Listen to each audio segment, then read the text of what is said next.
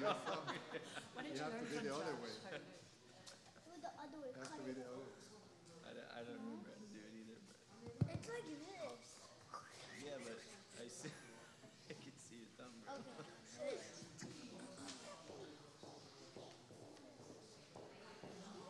That's what people do. Good morning, Pastor. President here, I'd like to welcome you. So much. We're so honored to be here. So happy you're with us.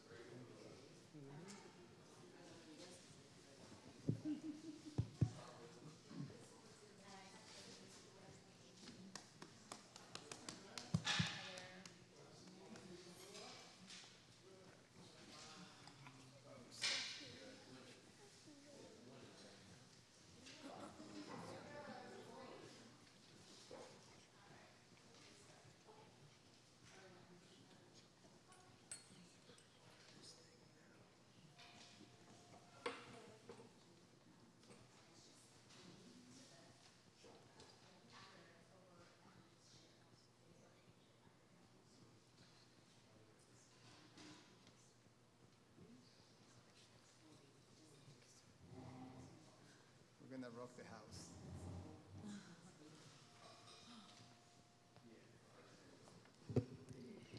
Good afternoon, everybody. The mic is taller than me. Today we're having a Krishna consciousness service, and I want to say welcome to everybody here. Thank you for being here, and I'm actually going to turn it right over to you all because I'm going to let you all do what you do. Good afternoon, everybody. Thank you so much for being here. We are very honored and happy to be part of this service. We offer our gratitude to Jasmine Taylor and to the Theosophical College to invite us and to come here to share our culture, our tradition, and especially the worldview that we have on this very important and important topic and issue that affects in so many ways not only our communities here in this country but all over the world. We're celebrating this month as the Women History Month, and we like to also share from the perspective of this culture that we represent the point of view and how we see and how we deal with that, especially how we deal with this type of issues. But first I'd like to introduce myself and also introduce my friends. My name is Subal Das, and I'm a priest in the International Society for Krishna Consciousness. And with me is Bhakta Josh. He's a celibate monk and a student in our temple. And we have Sri Radhika. She's one of our teachers. And with her is her two sons and students, Gopinath and Sri Jiva. So we are grateful to be here.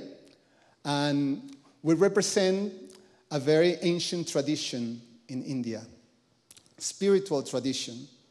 Although here in the West, we are known in pop culture as the Hare Krishnas. Some of you may have had contact with the Hare Krishna once in your life. Anyone here? Many times.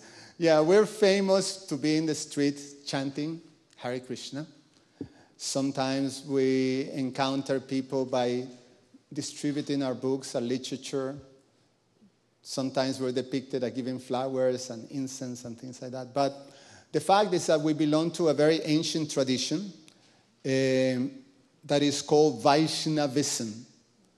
Vaishnavism is a tradition that dates back at least 5,000 years old, but actually, from the perspective of our tradition, is something that comes from the beginning of creation. The tradition of Vaishnavism is rooted in the spiritual scriptures of India, called the Vedas.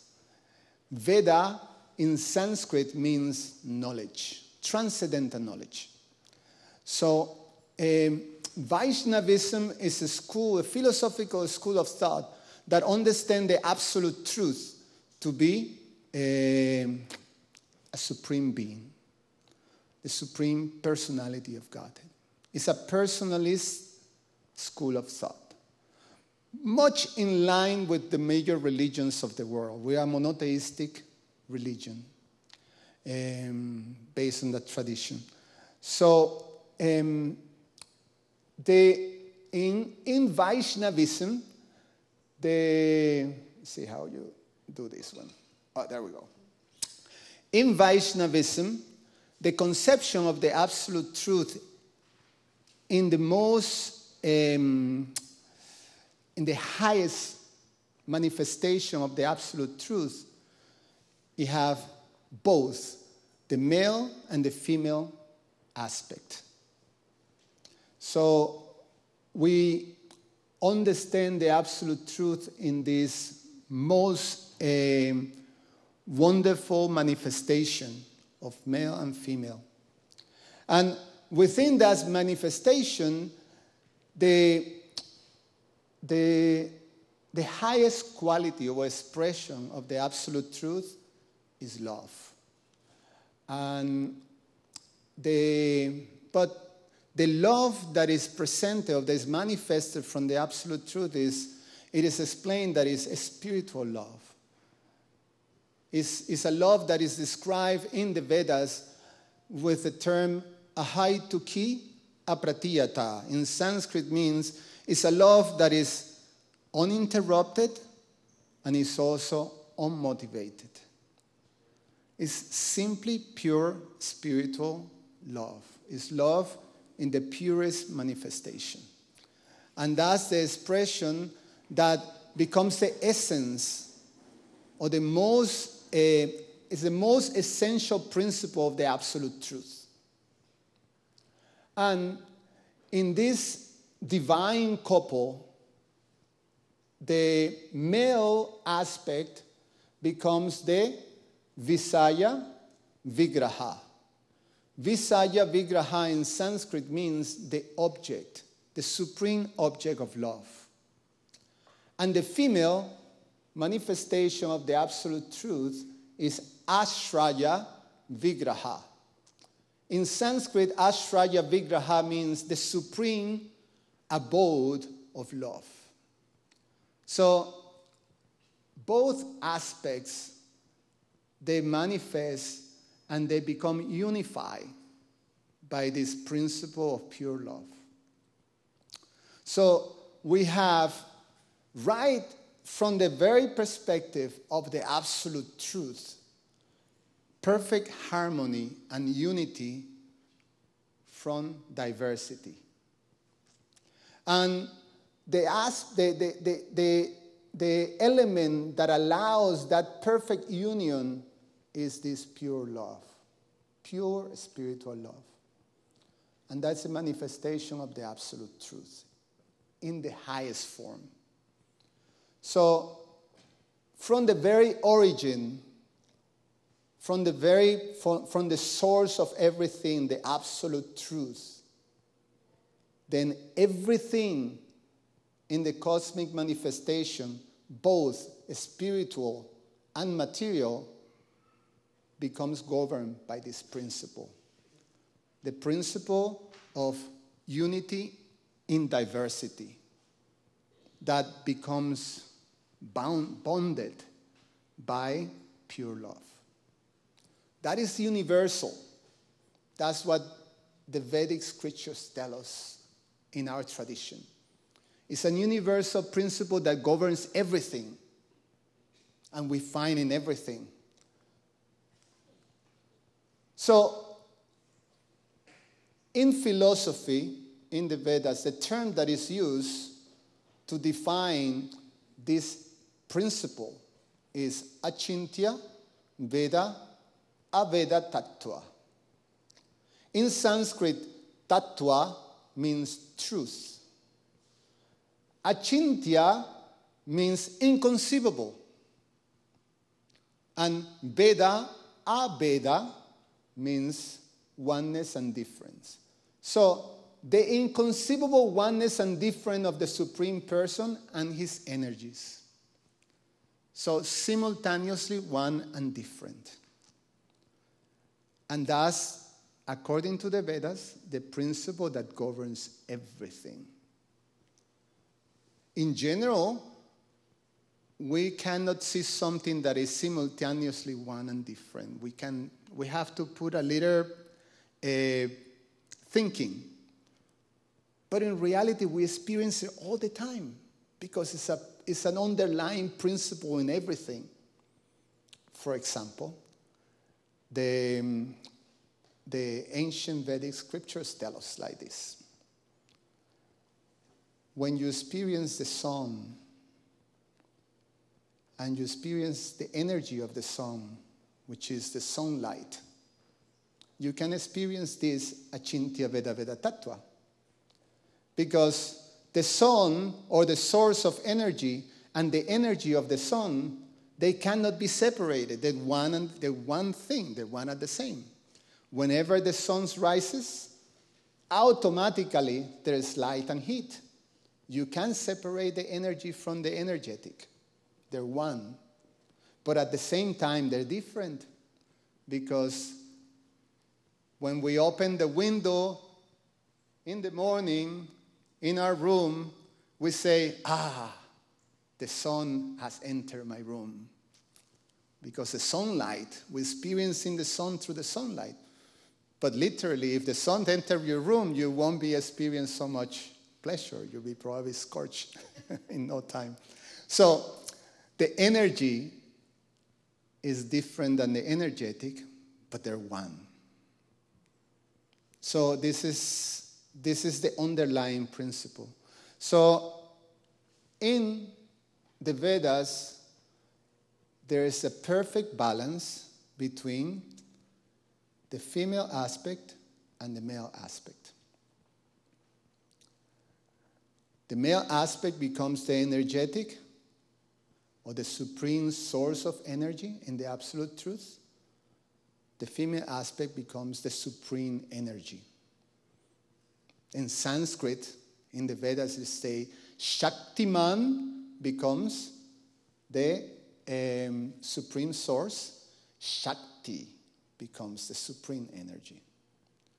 But there's a perfect balance, perfectly unified, perfectly harmonious. And what is the principle that allows that? Pure love. Pure spiritual love. So the principle that allows perfect balance is the spiritual love. So this principle applies in all levels of the creation, including our social body, human society. So in the Vedas, the ideal human society is described and also guided for us to learn. In our tradition, we consider that is timeless wisdom. It applies, there's no time, it applies in all times and circumstances. It's this type of wisdom. Because it's based on principles. Principles are always truth. There's certain principles that are always truth in all circumstances. So, in the Vedas, this ideal society, social body, is described. And it's a social body that is grounded on the principles of spiritual consciousness and spiritual love, a spiritual connectivity. And there's a perfect balance between the female aspect and the male aspect. The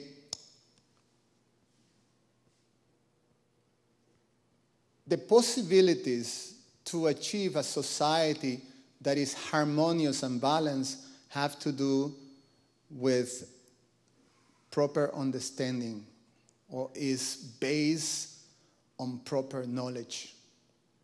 So knowledge, specifically transcendental knowledge, becomes very important for a society that will function harmoniously and balanced. What is transcendental knowledge? Transcendental knowledge means understanding about the personality of Godhead, the supreme controller. The word Ishvara is a term in Sanskrit that means the supreme controller. The supreme controller. So to understand about God is very important, but also to understand who we are. The term is Jiva. One of our friends' name is Sri Jiva. He's pointing to himself. Jiva means the spirit soul. And to understand who we are, the Vedas tell us that we're not the body. We're not this material body, but we're the spirit within the body. Sometimes we hear this term, the ghost within the machine. We are the spirit, the living spirit within the body. The body is simply a vehicle, very important piece of equipment for us. When we teach our children, we put examples that are very easy to understand. So it is explained that the nature of the jiva, or the spirit soul, is that it's an eternal being. It's a spiritual. Spirit means eternal. So we are an eternal being in a temporary world. This world is governed by linear time. It's temporary. Everything is to have a shelf life here. So we are an eternal being in a temporary world. That means that this place is not compatible for us. It's an incompatible environment. So what do we do when we have to function in an incompatible environment? Say, for example, if I go out of space, I need to put a space suit. That's when the children will say, space suit. So we put a spacesuit in order to be able to function properly in the incompatible environment of outer space. Similarly, when we come an eternal being into this temporary world, we need a suit that allows to function in this material world, and that is the material body. So the nature of the soul, it is explained in the Vedas that is eternal, cognizant or full of knowledge, and full of happiness or bliss. That is the nature of the soul. So therefore, we don't relate to temporary things because we're eternal. Like, who wants to die? No one wants to die. Even an ant doesn't want to die. Every living entity will do whatever it needs to do to protect itself from death. It's not something that we can relate. We can relate growing old. We cannot relate our body deteriorating because we are eternal. But we have to go through those things in this world. And it's part of existing in this world. But our nature is different. So the Vedas tell us that we have to be aware of that nature. We have to understand who is God. We have to understand our spiritual nature. And thus we have to understand our relationship with God. It's a very important aspect. So the Vedas tell us that we should live a life, our actions should be with the purity of purpose. That we should pursue a life of a spiritual realization. That our activities, our occupation, our work, everything we do should simply support the quest for understanding and regaining our spiritual consciousness. The Vedas tell us that there is nothing wrong with any type of occupation. There's a very beautiful Sanskrit term that it says, dharmasya hi apavargasya. Apavarga means freedom, for liberation from this material world. And dharmasya means that all occupations are meant to support our path to liberation. So it's about the purpose. It's about the goal of life. The Vedas tell us that our occupation, our lives should be searching for a proper balance of body, mind, and soul and spirit. In general, we give so much attention to our body. We do exercise, we try to diet, we try to do this, take care of the body. We pay much less attention to our emotional body, to our subtle body. So people suffer so much nowadays, more than physical, suffer so much about mental illnesses, stress,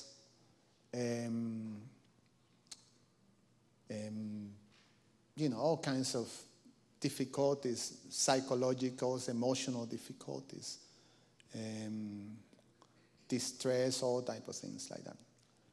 So we need to approach a more holistic way of being able to not only nourish and take care of our body, but take care of our emotions, our emotional body, take care of our soul, take care of our spirit. Spiritual, we have very much less information. Much less information. So we need to understand how to properly nourish our spirit. So then we have a much more holistic approach to life. Body, mind, and spirit. Holistic. And finally, the Vedas tell us that the goal of life is to regain and reconnect with that universal bounding principle, pure love. Pure love.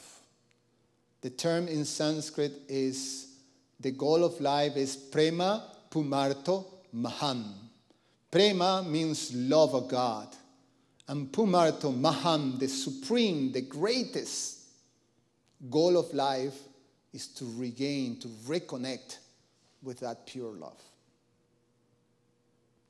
So when all those things are in place, we can have a perfectly balanced approach to life, harmonious, not only as an individual, but as a community, in which there is perfect harmony among the different components of the community.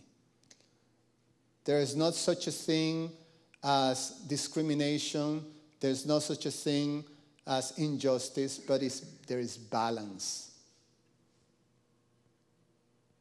The Vedas tell us without this transcendental knowledge, there is no possibility of balance. And with no balance, there is no happiness. So the key of peace and happiness lies on this transcendental knowledge and balance. But that is not what we're experiencing nowadays. That is not what we experience in our modern society. In a modern society, the contrary is there. We experience disharmony, we experience conflict. not only as a community, but individually too.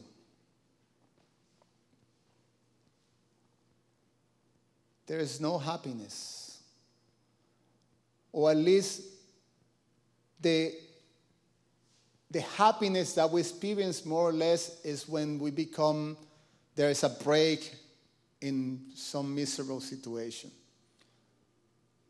The ancient teachers tell us that is the happiness if you're hitting yourself, your head to the wall, and then when you stop, you say, ah.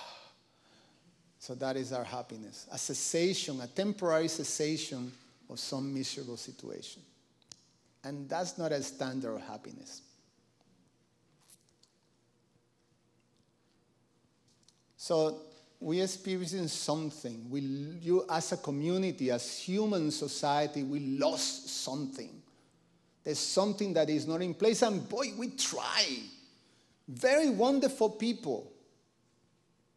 Today, we commemorating Women History Month. Great people that try. It's been working so hard. That have contributed so much to try to bring more balance in society. But somehow or other, that balance skips us.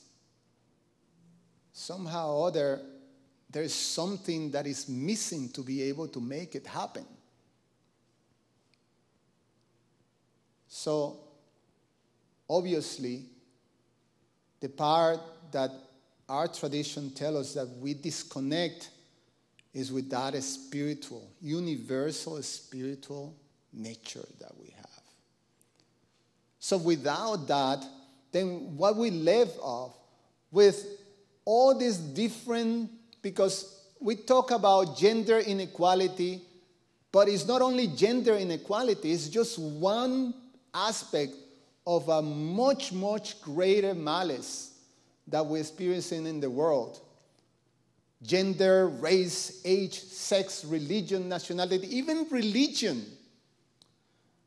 Even in religion, we have conflicts among religions, and this is the people of God. How and why? What is the problem that we're facing as humanity? The Vedas tell us that we are so caught in the external, in our differences, that basically we can connect with each other.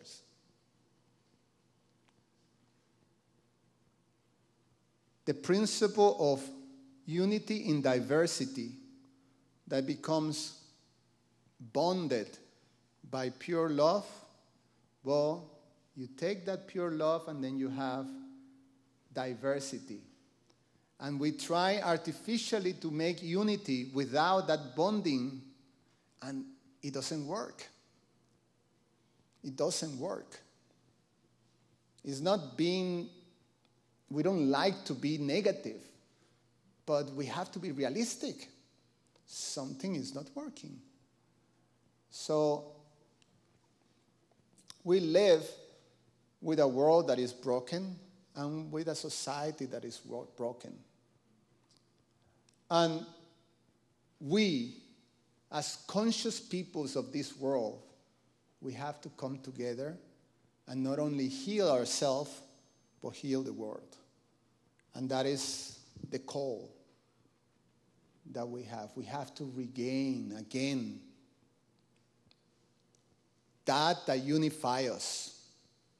We have to be able to see again each one of us, regardless of the external cover, regardless of our difference, what unifies us. What unifies us is that we are spirit. What unifies us is that we have an eternal relationship with God. We all children of God. What unifies us is that we have that loving relationship with God, equally with all those who are God's, meaning belong to God. We all brothers and sisters from the spiritual perspective. And we have the same connection. We have to regain that. We have to overcome our differences and be able to unify without turning a blind eye or trying to eliminate the difference. We have to embrace our differences. It have to be simultaneously one and different. Remember, we can't make everything one because we're different. So we have to accept and embrace that. But we can only do it if we can regain and reconnect with that pure spiritual love. So, to heal, the first step of healing is to recognize or try to find the source of our disease. And in the Vedas, the first and the cause that is explained, it tells that it's the term on the top, avidya. Avidya means ignorance. And what that refers is the ignorance of our spiritual constitution. We think that we're this body. When we recognize ourselves with the body and not a spiritual, then that becomes avidya. And avidya leads us to asmita. Asmita means, in other words, notion of individuality, but it's the ego and the false ego. Ego is when everything becomes self-centered. So it's for me. I'm at the center of everything. So what the ego brings is competitiveness, envy, all these different things, because you have to look for yourself. We grow in a society that tells us, take care of number one, and guess who's number one? It's me. You have to take care for yourself. That's what we grow with. So, ignorance of the self leads to false ego or asmita. And then from there, we have these two things, these two coins, these two faces of the same coin, raga and dvesha, which means attraction and aversion. I like it, I don't like it. I hate that, I like that. And according to whatever nature we have or whatever culture we have, what does it say? Poison from one becomes, food for someone else. I hate it, I like it, and then with that, we dive more into our differences. Then that leads us to abhinivesha, which means we become totally absorbed in material life, materialism. Spirituality becomes just a footnote for our material pursuits. I go to church simply to assist my material pursuit. It should be the other way around. My material life assists my spiritual pursuits. And that's the balance. And what does that lead to? Dukkha. Dukkha means suffering of discontent. So we have a society that is settled in this discontent. So how do we deal with that? Well, the Vedas lead us to this, purification of the heart. These different things is explained that consciousness, the seat of consciousness, according to the teachings of the Vedas in this tradition, is within the heart. So we have to purify it from all these things. We have to try to fix the heart, fix our heart. So the darkness of the heart locks the sacred space inside. Inside, we can actually access a divine space, a sacred space, because that's also the seat of the soul. And not only of the soul, but it's also the seed of God. Both. In the Vedas, it tells that God enters into the heart of all living beings and sits alone with the living entity. So there is a divine space within. But all these different things, avidya, ignorance, asmita, ego, raga, attachments, dvesa, hatred, abhinivesha, absorption in matter, becomes an obstacle. It locks our heart from the divine space. So we have to eliminate those things. Simple. Well, say simple. It's a simple concept. It can take a lifetime of work. But we can understand, the concept is just take the things out of the heart. Now, how do you do? And that's what we like to share with you. In our tradition, the most powerful means of purifying the heart of all those things is through mantra. So we perform mantra meditation. Today we're going to do something together, if you would like to join us, with mantra. Mantra is a Sanskrit word that means the principle to free the mind from and to free the heart from all these unwanted things. It liberates the mind and the heart from all these unwanted things. So, this is a very beautiful Sanskrit verse that appears in one of the scriptures that says like this: O embodiment of good fortune, one who contemplates with closed eyes and one-pointed concentration on the mantra in the middle of the lotus in the heart space, achieve the highest spiritual realization. It's a benediction and it's an instruction. So, in our tradition, we practice in a daily basis this process of meditation and mantra to purify the heart and to bring the spiritual consciousness that is required to actually being able to function in a more holistic way and a more just way with each other. And also, it helps us reconnect with the divine love of the Supreme Personality of Godhead. So, the mantra that we're going to chant with you today is the Hare Krishna Maha Mantra. And it's an ancient mantra that is prescribed especially in the scriptures for these times of conflict.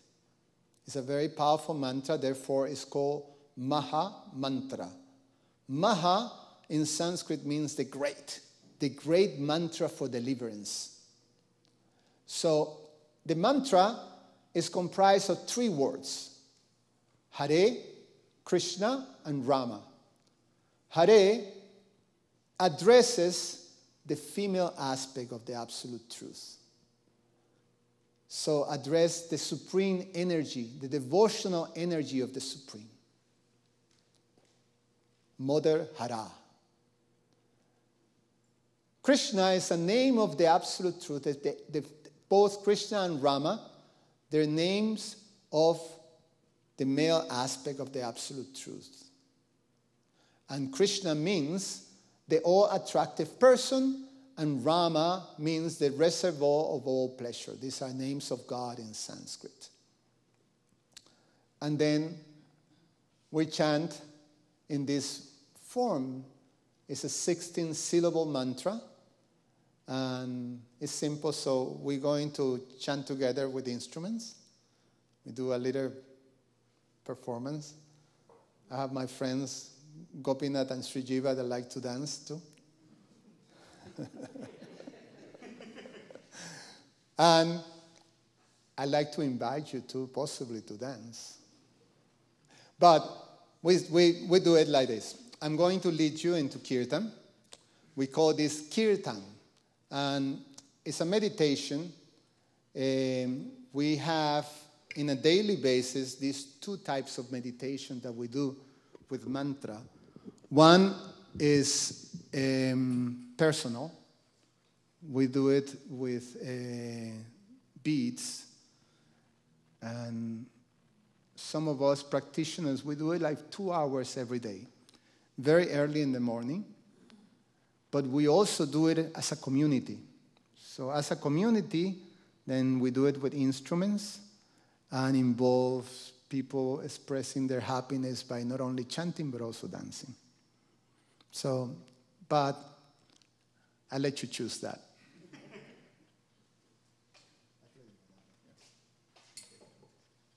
So, I'm going to play this drum. It's a very special instrument, and it's tons of fun, and like we say, we can rock the house with this. So I'm going to, it's a chant and response. We can stand. It's a chant and response. So I chant, you listen. And then you chant, and we listen. So we can practice like this. I'm going to lead you to that. And very important in the process of connecting with the mantra that you try to listen very carefully. You listen to the mantra, and the exercise when we do kirtan is that you listen to the rhythm also, as well as the melody. And then you repeat. So you concentrate on that. So in this way, the mind is fully focused on the sound vibration. It's a very powerful exercise because it is explained that this mantra is called Shabda Brahma, or spiritual sound.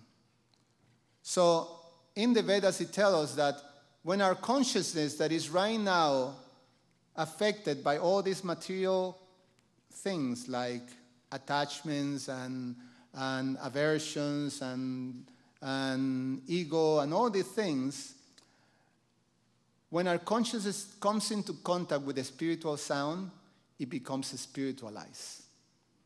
And the ancient teachers tell us that it's just like putting a piece of iron in the fire. The iron will take the quality of the fire. So similarly, when our material consciousness comes in contact with the spiritual sound, it becomes spiritualized. So you can chant with me. See, I say, Hare Krishna,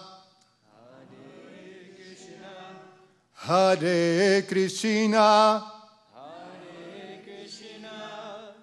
Krishna Krishna, Krishna Krishna, Hare Hare, Hare Hare, Hare Rama, Hare Rama, Rama Rama, Hare Hare, Hare Krishna, Hare Krishna, Krishna Krishna, Hare Hare, Hare Rama, Hare Rama, Rama Rama, Hare Hare. That's very good. You guys are doing great. Hare Krishna, Hare Krishna, Krishna Krishna, Hare Hare, Hare Rama, Hare Hare Rama, Rama Rama, Hare Hare, Hare Krishna, Hare Krishna, Krishna Krishna, Hare Hare, Hare Rama, Hare Rama, Rama Rama, Hare Hare. Okay, now what we're gonna do is we can stand up. Everybody can stand up. And then I'm gonna show you something. I'm gonna show you what we call the Swami step. Swami step. It's very simple. You go like this.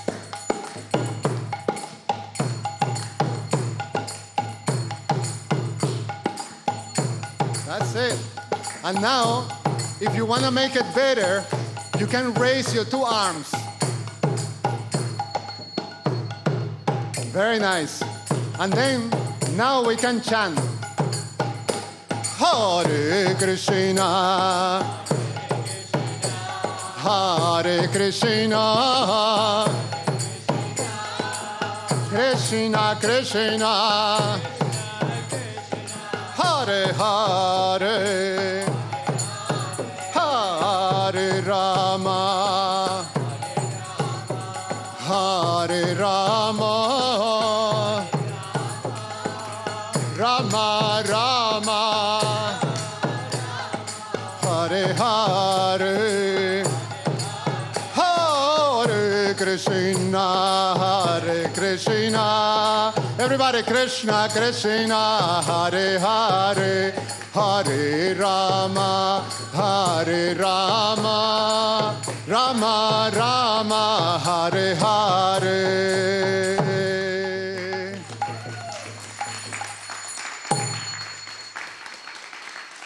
Thank you so much. It was wonderful to be with you. We're going to open for questions and answers. Now, you can ask any one of us, and including our two friends, Gopinath and Sri Jiva. And also, I wanted to tell you that we brought Bhagavad Gitas for you. And this is a very wonderful book. Our students and our studies are mostly based on the Bhagavad Gita. How many of you are familiar with the Bhagavad Gita? Yeah, it's considered arguably the most important philosophical text, spiritual philosophical text in India. And appreciated by great personalities like Thoreau, Emerson, Einstein, Dr. Martin Luther King Jr., etc., etc. So it's a wonderful gift that we want to offer to you. We can ask if you like to help us with a donation, if it's that all right with you, but if it's not, it's also, we'll be very happy for you to take. And we like to open for questions. If you have any questions, I've got the mic.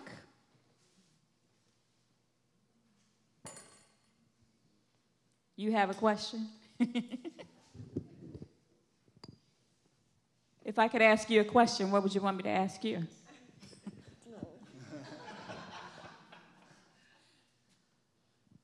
Anything, actually, doesn't even have to do with, we like to take the opportunity to share our culture, our tradition, you know.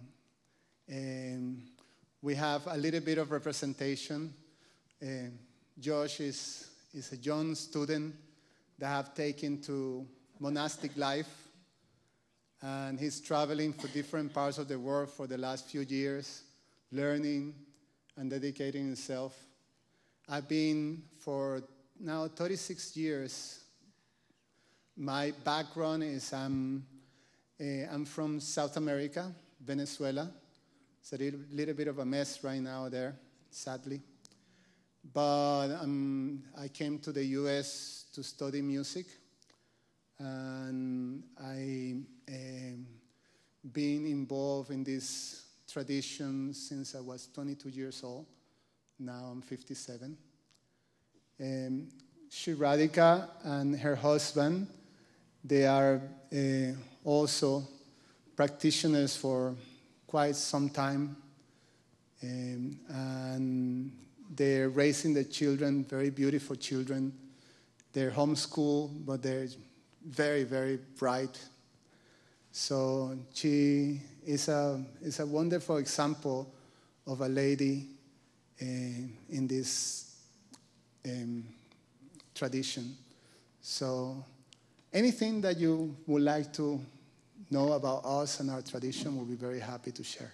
I've got one from the audience. Where do you worship? We are situated in Rogers Park. We have our main temple there. We have also a temple in Naperville, the west suburbs of Chicago. But our main temple is in Rogers Park. We've been there in that location since early 80s. And we have a community that, in general, every Sunday we have about 300 people that comes. And during the main festivals, it can go over 5,000 people that packs into our buildings. So mostly Indian.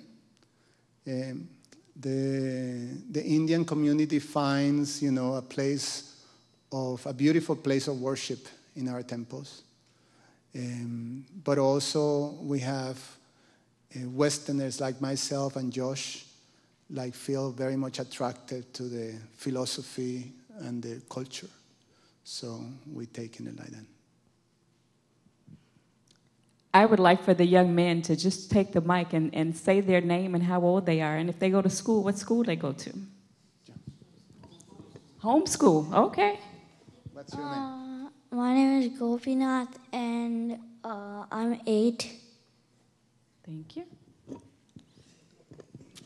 My name is Jiva, and I'm 5. I guess my name is Shreed. I'm 37.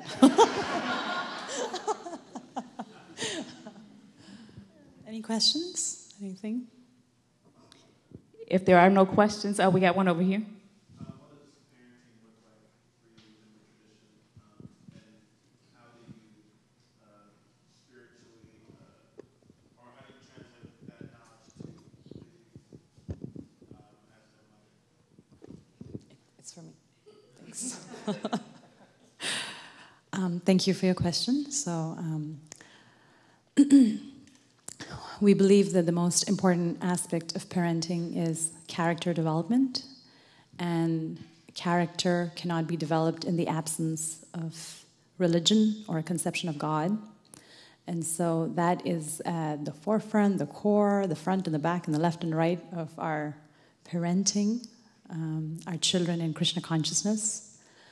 As an example, my background is in human resources, and I worked for years, and now I choose to dedicate my full energy in homeschooling my children so that they are getting academic training and very good academic training. At the same time, it's completely immersed in understanding how everything relates to the Supreme, comes from Him, and is meant to be dedicated in His service. So, not just something we believe or a place we go to on Sundays, but pervades our entire life. And of course, every parent wants wants to impart morals and values, very much part of bringing up our children. Does that answer your question? Okay. Are there any other questions? I have one final one, and it is for you.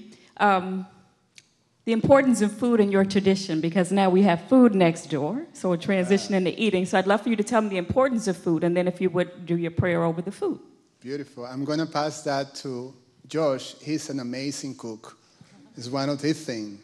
That's his passion. Oh, he's actually a great musician too. but he can tell us a little bit of the importance.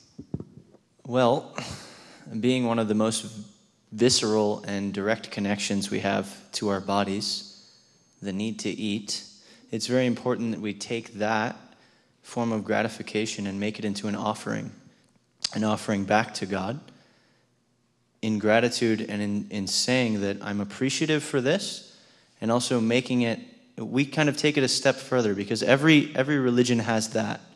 What I just said has this tenet that we have to be thankful, but because our tradition is very much about cultivating a relationship with God in a personal way, we cook for God, and we make it a very personal affair that when we're cooking, we're thinking of God, and as we do it, we may contemplate a certain verse from the scriptures, some different mantras, or we just think about how God has affected our lives as we do it. And in that way, we make it into an offering.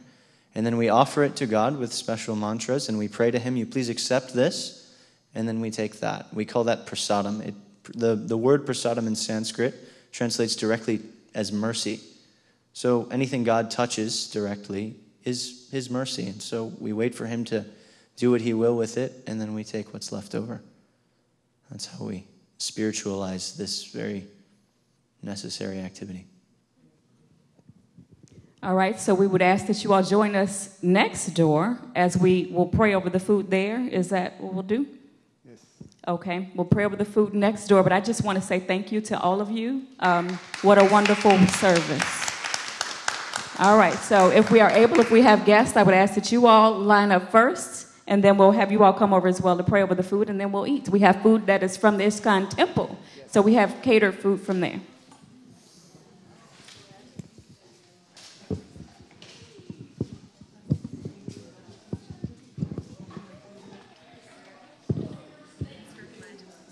Okay, yeah, sorry. And they'll have a mic for you.